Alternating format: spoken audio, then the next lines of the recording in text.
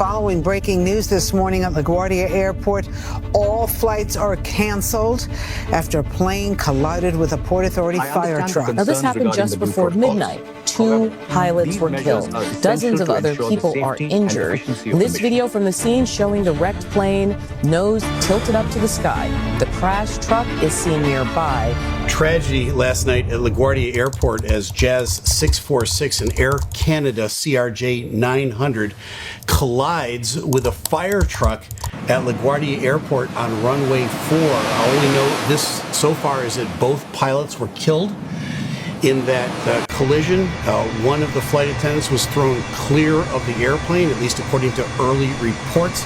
The aircraft in question was a CRJ 900 en route from Montreal to LaGuardia. The incident takes place at about 11:45 at night at LaGuardia. I'm going to play the ATC audio for you here, and I'm going to allow it to play all the way through. Usually I stop and make comments. I'm not. Just a trigger warning. There is a collision here. You know that there's a death coming up.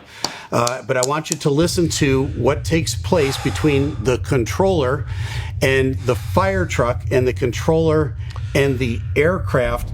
And then I'll give you all the extenuating circumstances, because there's a bunch of them. There's a bunch of things that were taking place behind the scenes that we didn't see listening to this. We'll come back, we'll circle back, and I'll unwrap all of that for you. But let's listen to what happened just last night at LaGuardia. Truck 1 and Company, LaGuardia Tower. Truck 1 and Company. Truck 1 and Company, LaGuardia Tower, requesting to cross 4 at Delta. Truck 1 and Company, it's cross 4 at Delta. Truck 1 and Company, crossing 4 at Delta. Frontier 4195 to stop there, please. Stop, Truck 1, stop. Stop, Truck 1, stop. Stop, Truck 1, stop.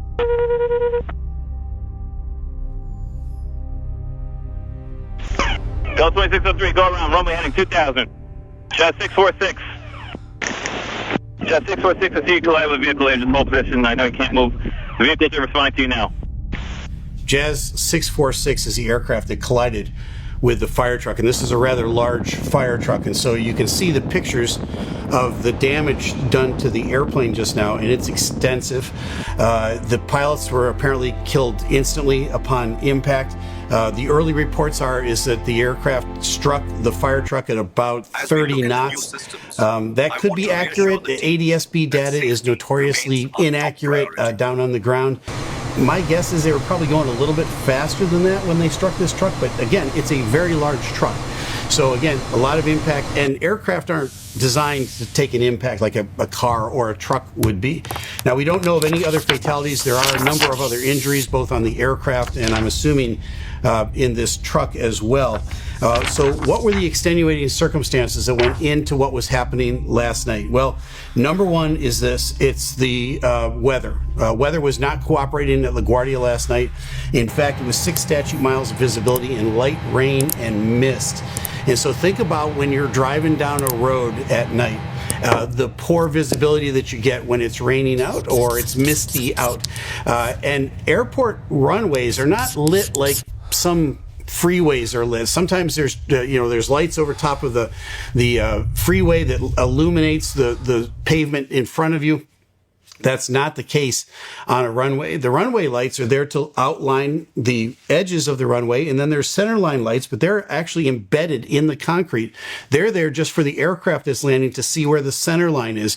They're not there to illuminate the pavement and everything else around. So the lights that the aircraft has on are about it in terms of lighting. A truck like this is going to have the normal, rear lights, and it's going to have the headlights in the front, but sideways there's not going to be a lot of lights on the side of that truck. And given the fact that it was probably really poor visibility in the rain, I don't think that Jazz 646 saw this truck until maybe just the last second. And I don't think they could have even stopped then because of the wetness of the runway. The aircraft would slide on that runway. It would be much more difficult to bring the aircraft to a stop. The ceiling at LaGuardia last night was 800 to 1400 overcast. So it was a ragged ceiling, kind of like the waves of clouds that are moving through when there's a weather system going through. Broken layer at 800, so that would be the last hard layer at 800. So this aircraft probably broke out right around 800, 700 feet they're looking down the runway, but they might not be able to see that far. And when they're cleared to land, they haven't cleared the truck onto the runway yet. The truck is still off the runway. So as the pilots are looking out, they see a clear runway as much as they can see in the rain, right? And they've been cleared to land by the tower. Now, truck 1, which is the main fire truck at LaGuardia, calls, as they should, and asks for permission to cross runway 4 at Delta. Where is Delta exactly? Well, let me show you a schematic here or a diagram of LaGuardia Airport and where taxiway at Delta is. So this is runway 4 right here at this end, the lower right hand of the diagram as we're looking at it. Jazz comes in to land on runway 4, and taxiway Delta is right here. It's between a third and a half of the way down the runway. It's not far down the runway. They would have touched down about the 2,000 foot mark on this runway. They would have been going really fast still at Delta. They would have expected to take the entirety of the runway to roll out. And I'm going to talk about runway 4 at LaGuardia in a minute because it's important. If you're ever based in LaGuardia or you're an experienced pilot that's flown into LaGuardia a lot, you know about runway 4 and what I'm going to say when we get to that point. Now, the visibility was at night. It was somewhere between that highway I'm describing with all the overhead lights illuminating it and a 2-lane country road that's completely dark. Think about how kind of nerve-wracking that is when you're trying to drive down a 2-lane road at night and it's raining. It's not as bad as that, but it's not as good as a highway with the overhead lights. It's somewhere in between. So again, the visibility on the part of the truck is limited because they would have to be looking out the right-hand side. I don't know how many people were in the truck. Maybe it was only the driver. Maybe there wasn't anybody in the right-hand seat to look and to clear them. And again, these aren't experienced pilots in the truck. These are firemen. They're not trained to gauge distances of aircraft landing. And so this aircraft, once it was cleared to land, might have broken out shortly after that. And looking down, even if they did look at it, they're seeing lights out at a distance on a rainy night. So those lights out at a distance, it's hard to gauge how far away they are. And they're relying and trusting the tower to clear them onto the runway. So they're following the protocol that they're supposed to by calling the tower. Now, here's the other extenuating circumstance. They were talking on 2 different frequencies. The tower is talking to the airplane on one frequency, and he's talking to the fire truck on another. And again, this is a big issue in aviation. Why we're still talking on different frequencies? Because the tower has not heard that there's an aircraft cleared to land. He's trusting the tower controller who told him it was clear to cross the runway, that the runway is in fact clear. Jazz, who's landing and on short final, they're almost in the flare when this truck starts to cross the runway. They're trusting the tower that there's nobody in front of them, and they might not have seen that fire truck down there at Delta. And at that point, once they touch down, it's impossible for them to go around because if they went around and they hit the power, they still need a bunch of runway to lift off again.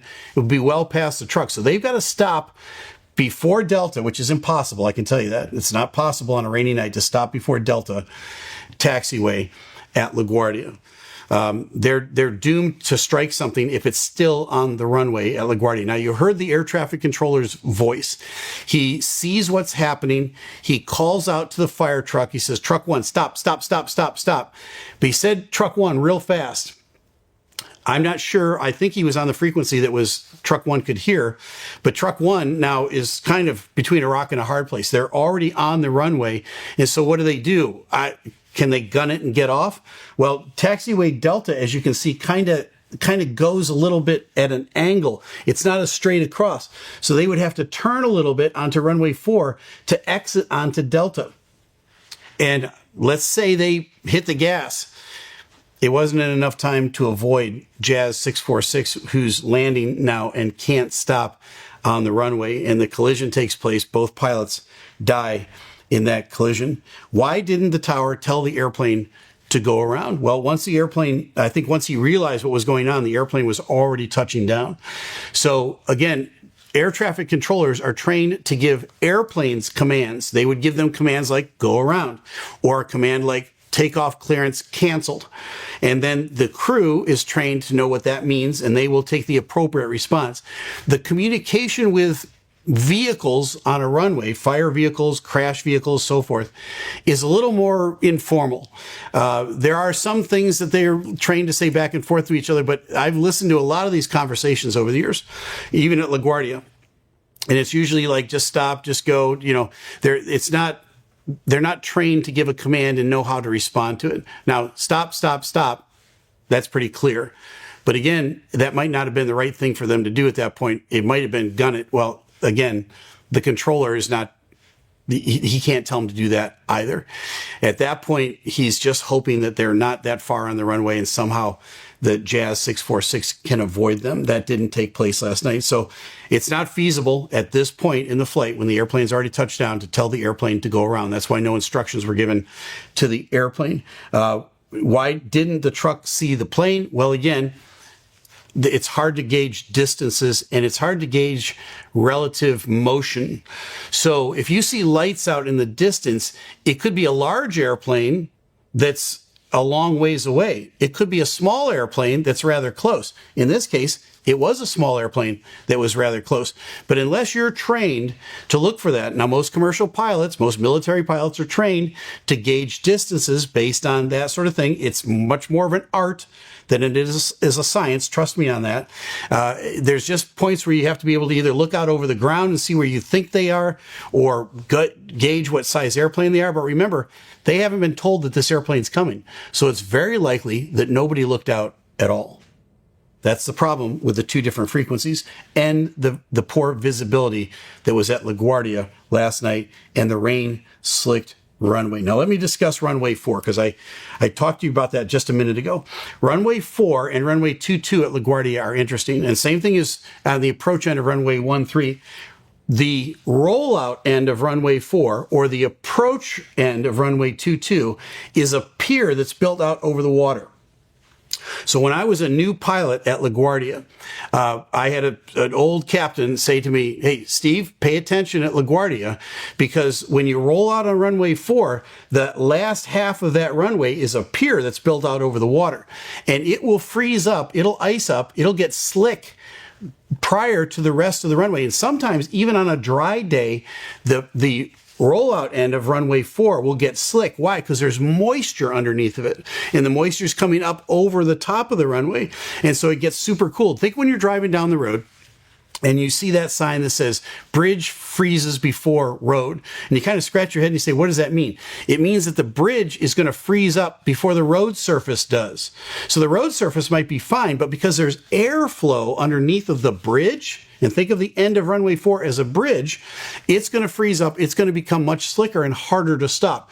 So the advice to me back in those days, and the advice to all my buddies and pilots that are flying in and out of LaGuardia is pay attention to the rollout end of runway 4 because it's going to get slick down there. And if you think you need to honk on the brakes at the last minute, you might not get the braking action that you think you're going to get. Now, having said that, they never got close to that. They never got all the way down there. Why? Because they struck these guys at Delta. And like I said, Delta is like a little bit more than a third of the way down runway 4. Had they gone a little bit farther, they would have been out over that pier, and then the braking action would have been a factor as well. So there's a little bit of discussion or information about what goes on at LaGuardia.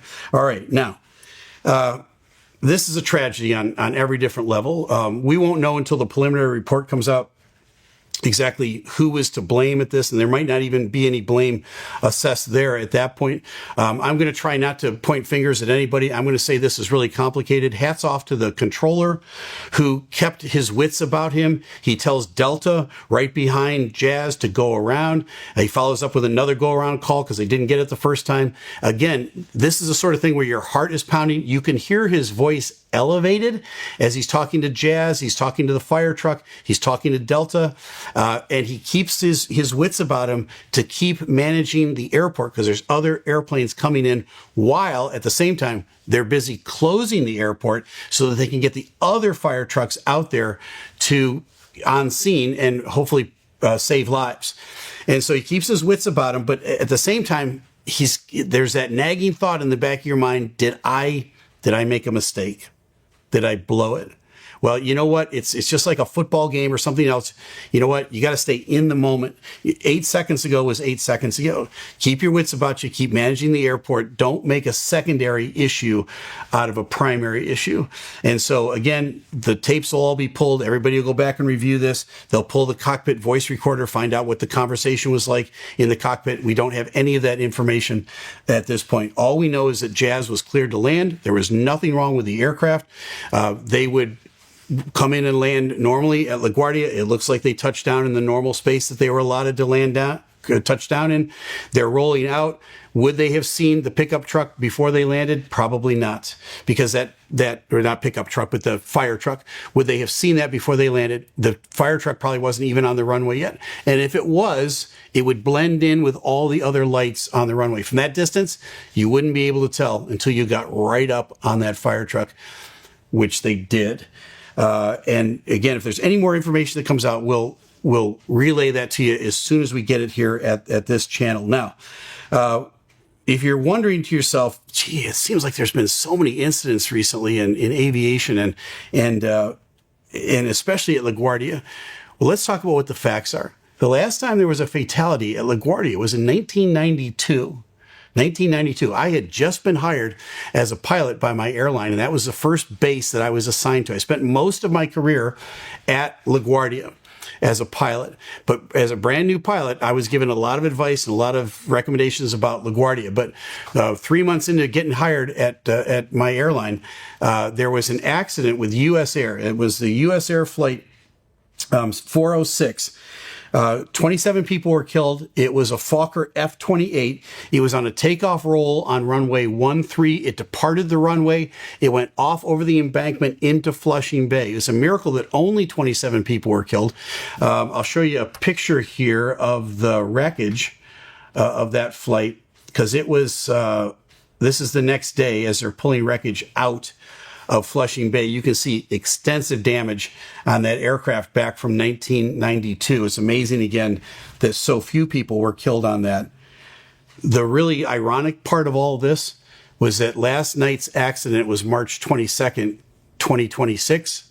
The last time there was a fatality at LaGuardia was March 22nd, 1992. Exactly 34 years to the day. That's hard. That's hard to wrestle with. But our hearts go out to the captain and the first officer and their families. There's a lot of people that are really heartbroken tonight over this.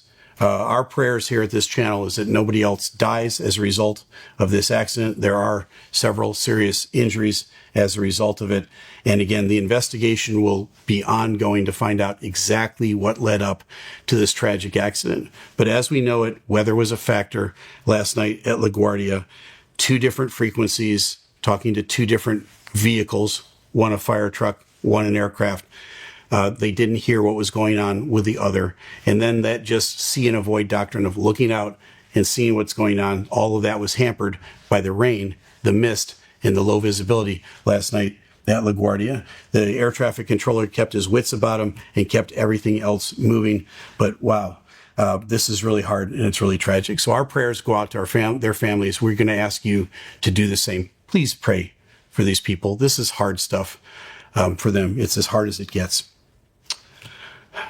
Well, now you know. I'm Captain Steve.